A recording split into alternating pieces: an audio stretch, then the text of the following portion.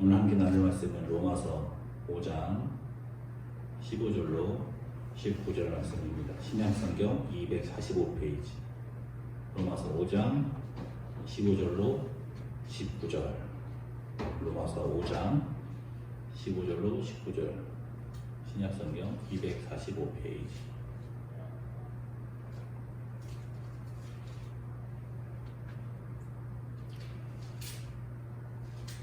다 자시었으면 제가 공독해 드리겠습니다.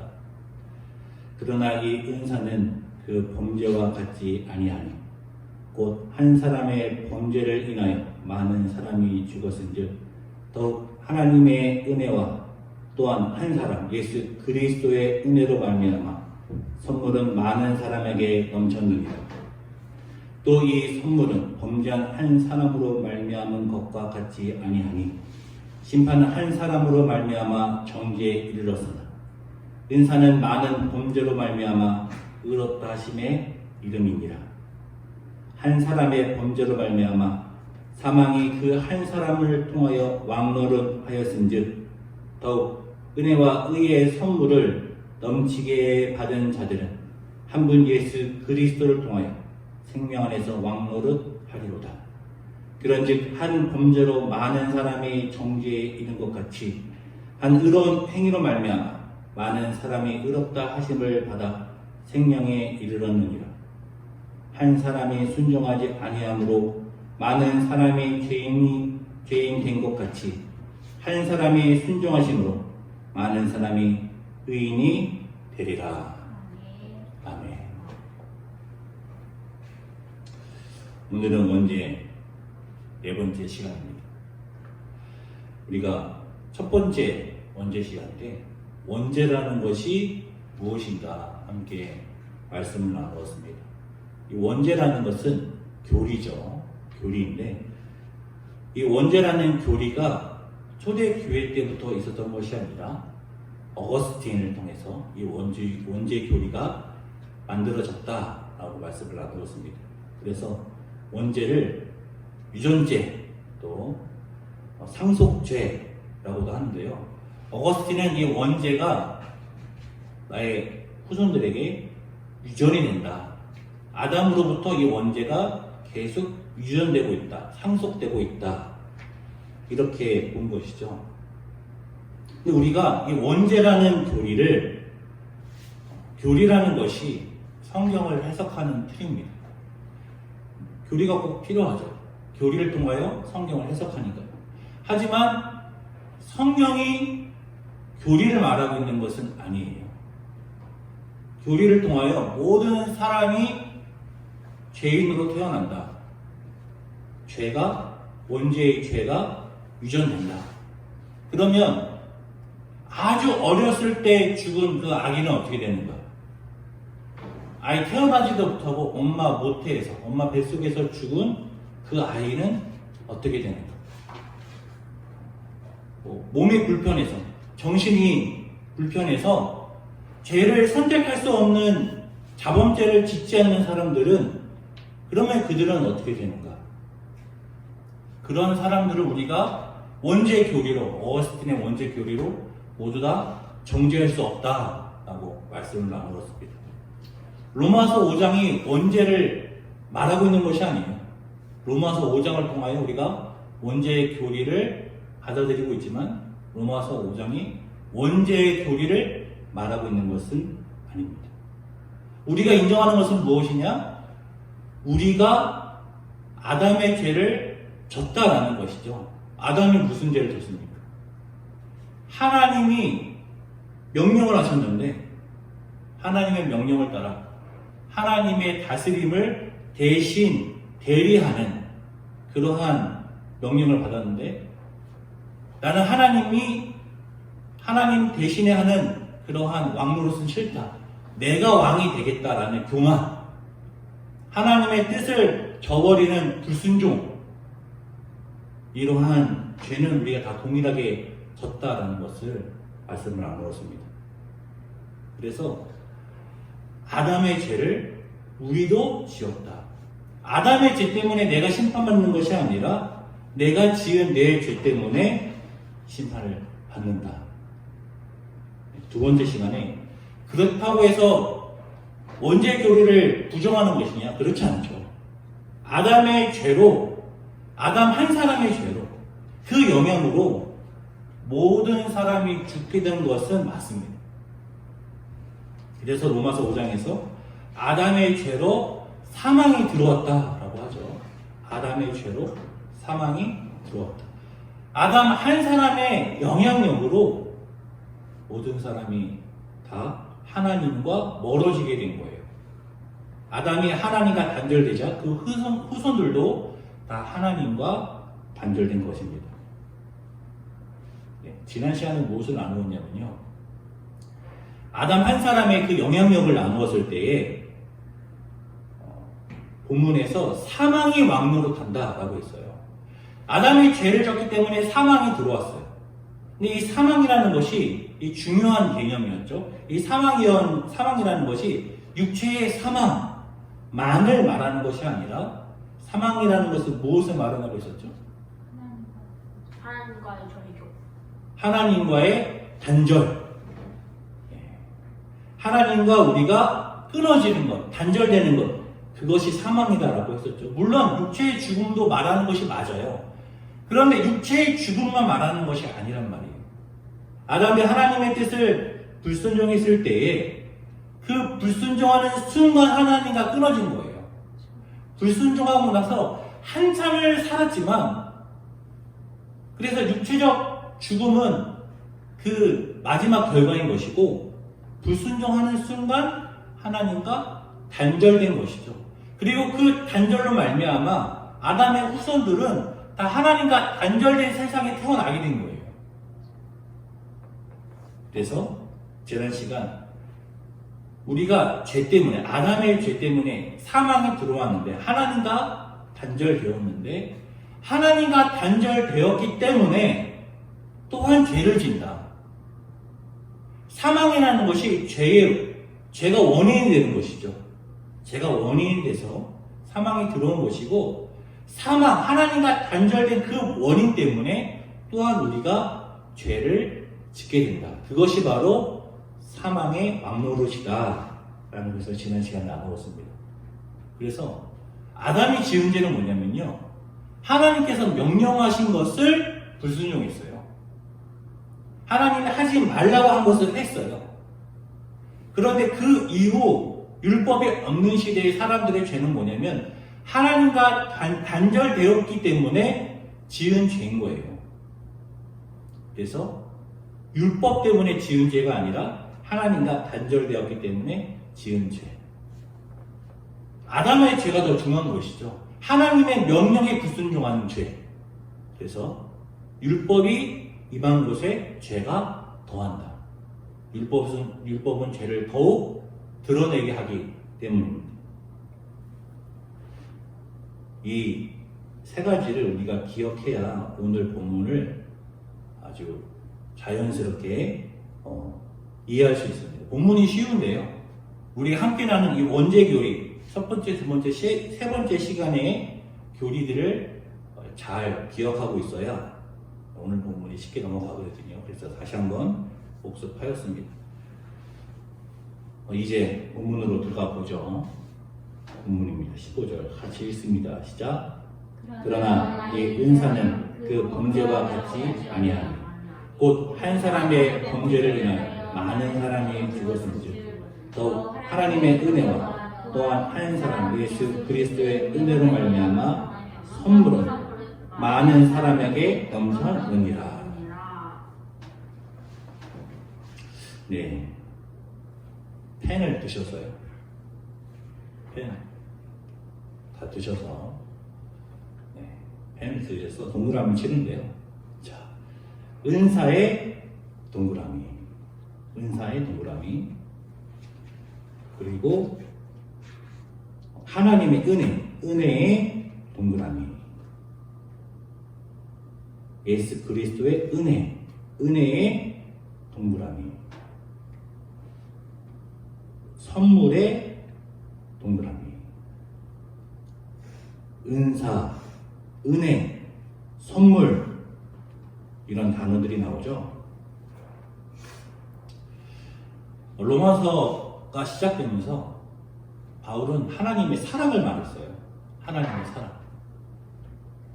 십자가, 예수 그리스도의 십자가가 하나님의 사랑을 확증한다. 하나님의 사랑이 지금도 너희에게 부어진다. 그 사랑이 얼마나 큰지, 그 큰 사랑이 지금도 우리에게 부어지고 있다라는 것을 나누었어요. 로마서 앞부분에서 하나님의 사랑을 말했다면 로마서 뒷부분은 예수 그리스도의 은혜를 말하는 거예요. 바울이 말하고자 하는 것은 원죄가 아니라 예수 그리스도의 은혜를 말하고자 하는데, 그런데 아담과 대조해서 예수님의 은혜를 말하는 것이죠. 그래서 은혜만 말하는 것이 아니라 은사, 은혜, 선물 이런 단어를 사용해서 더욱 풍성하게 말하고 있습니다. 이 은사는 그 범죄와 같지 않다. 여기서의 범죄는 아담의 불순종이죠. 곧 한 사람, 아담의 범죄를 인하여 많은 사람이 죽었습니다. 많은 사람이 죽었다고 하는데 모든 사람이 죽게 되는 것이죠. 하나님과 단절되었기 때문에. 한 사람의 범죄로 모든 사람이 죽게 되었는데 하나님의 은혜, 즉 한 사람 아담과 한 사람 예수 그리스도가 대조가 되는 것이죠. 한 사람 예수 그리스도의 은혜로 말미암아 선물은 많은 사람에게, 모든 사람에게 넘친다라는 것입니다. 이렇게 대조가 되고 있는 거예요.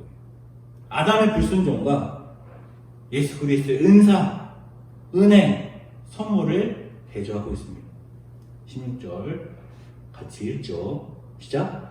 또 이 선물은 범죄한 한 사람으로 말미암은 것과 같이 아니하니 심판은 한 사람으로 말미암아 정죄에 이르렀으나 은사는 많은 범죄로 말미암아 의롭다 하심의 이름이니라.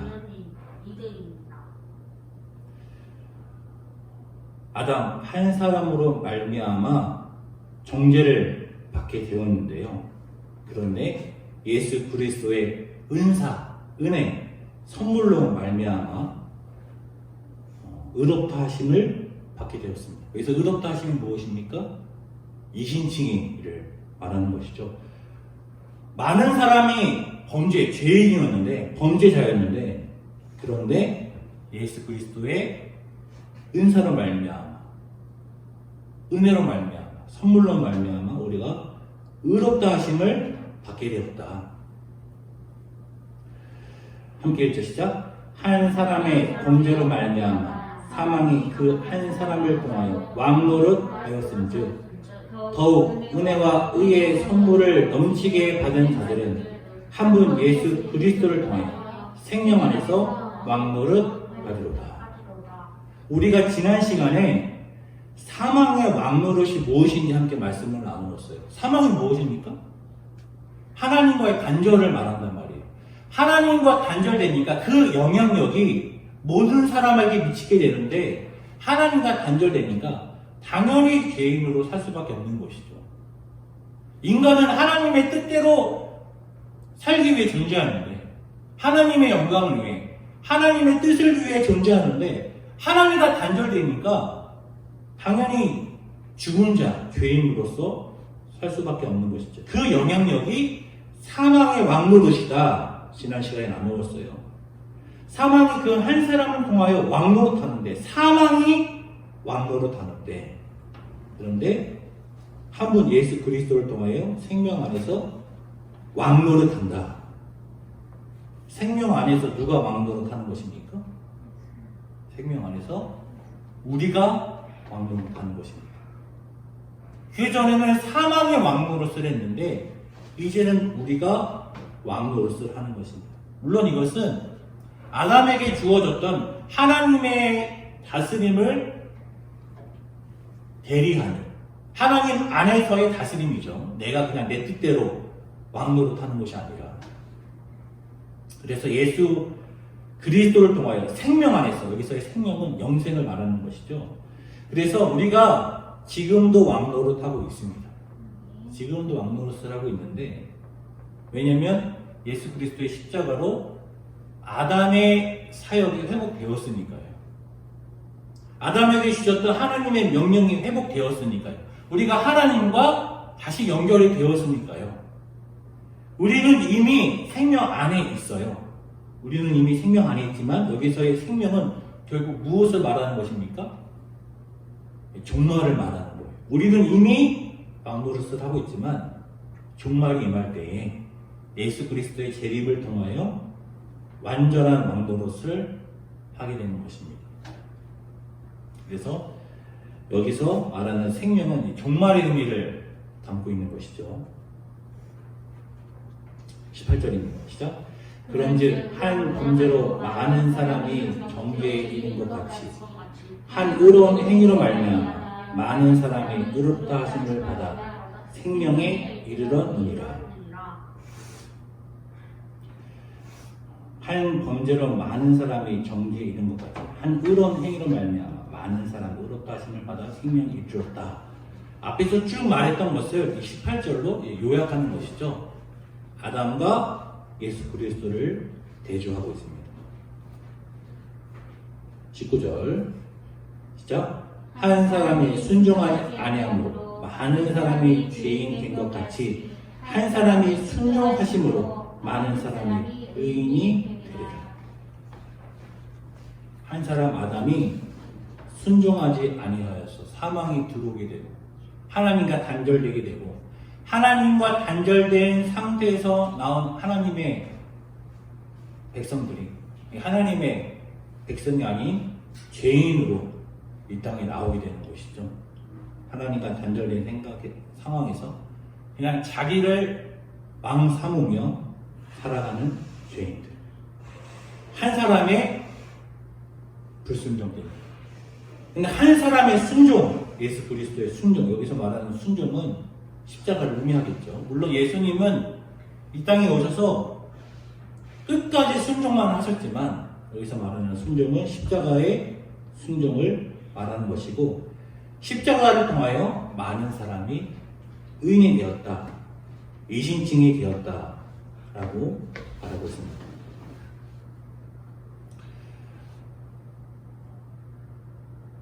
바울이 말하고 싶은 것은 아담과 예수님을 대조하여서 우리가 회복되었다는 것을 말하려고 하는 거예요.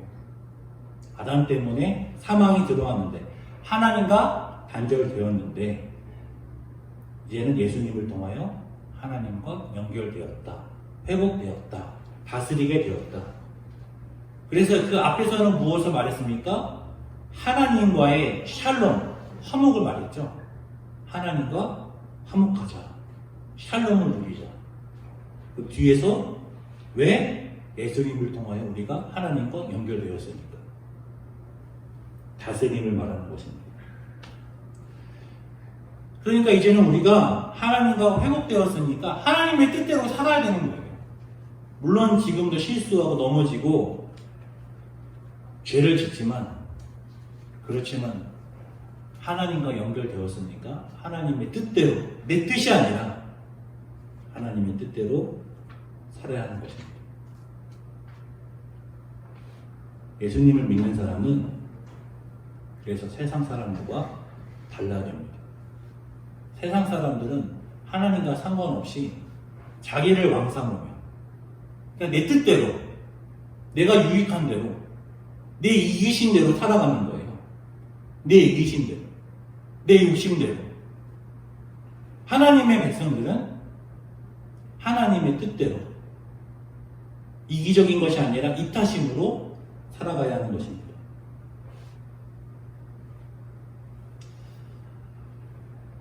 코로나19로 전 세계가 난리입니다. 전 세계가 난리인데 그래도 우리나라는 K-방역으로 전 세계에 친선을 받았습니다. 근데 몇 번의 위기가 있었죠.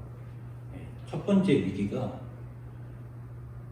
대구에서 일어난 신천지발 코로나 사태였습니다. 그때 일부 그리스도인들이 뭐라고 했냐면 하나님이 신천지를 심판하시는구나. 코로나19 때문에. 코로나19를 통하여 신천지를 심판하시는구나. 일부 그리스도인들이 그렇게 생각했습니다. 그리고 나서 피해 방역으로 잘 수습되었는데 그 다음에 이태원 발이 일어났죠. 이태원 발이 일어났을 때는 일부 그리스도인들이 하나님이 동성애자들을 심판하시는 거구나 이렇게 받아들였어요. 이번 코로나 사태는 교회 발 코로나 사태라고 합니다. 앞의 내용과 똑같이 대입하면요, 하나님이 코로나19를 통하여 교회를 심판하시는 거예요. 그럼 하나님이 교회는 왜 심판하실까요? 하나님께서 교회를 왜 심판하실까요? 저는 이번 교회가 코로나 사태를 통하여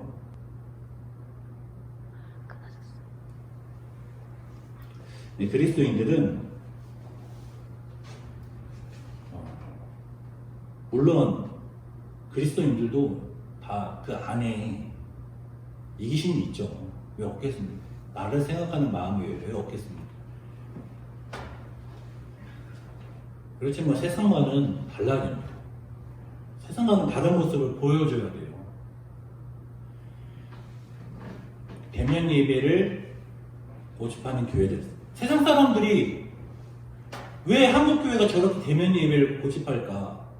어떻게 해석하겠습니까? 다 돈 때문이라고 생각해요. 돈 때문에 대면 예배 드리려고 하는 거다. 헌금 때문에. 저는 한국 교회가 대면 예배를 지키려는 이유가 오직 헌금 때문이다라고는 생각하지 않습니다. 물론 그 이유도 있겠죠. 그 이유도 있겠지만 오직 헌금 때문에 그렇다고는 생각 안 해요. 그렇지만 예수님을 안 믿는 사람들이 한국 교회가 저러는 거 헌금 때문이다라고 그렇게 이해하는 것도 이해가 돼요. 당연히 그렇게 받아들이겠죠. 왜 저렇게까지 고집할까?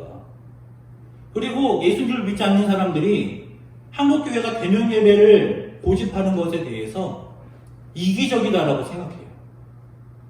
근데 제가 봐도 그것은 이기적인 행동이 맞습니다.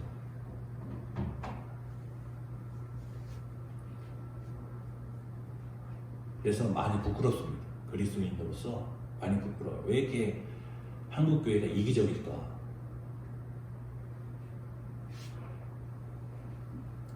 대구에서 신천지 발로 코로나 확산될 때 그렇게 욕하고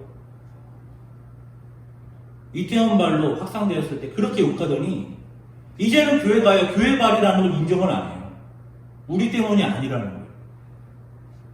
그리고 다 가짜라는 거예요. 우리 때문도 아니고 우리 때문이 아니니까 이건 다 가짜다. 그렇게 우기고 있습니다. 물론 교회가 모든 책임을 다 질 필요는 없지만 제가 봐도 교회가 큰 원인이 되고 있는 것도 맞습니다. 한국교회가 어떻게 하면 한국교회 사람들 이기적이다 이렇게 생각하는 것을 바꿀 수 있을까요? 지금이라도 우리가 사망의 왕노릇에서 해방되어서 우리는 하나님과 연결된 하나님의 백성이다. 하나님의 뜻대로 이기심이 아닌 이타심으로 살아야 된다. 돌이켜야 됩니다. 지금이라도. 우리 남성교회는 사실 10명도 안 되는 인원이 예배를 드리기 때문에 대면 예배를 철저하게 방역을 지키면 드려도 된다고 생각합니다. 하지만 제가 그럼에도 불구하고 비대면 예배를 드리는 것은 너무 안타까워서 그래요. 이 사태가. 네. 우리 교회라도 모범을 보이죠.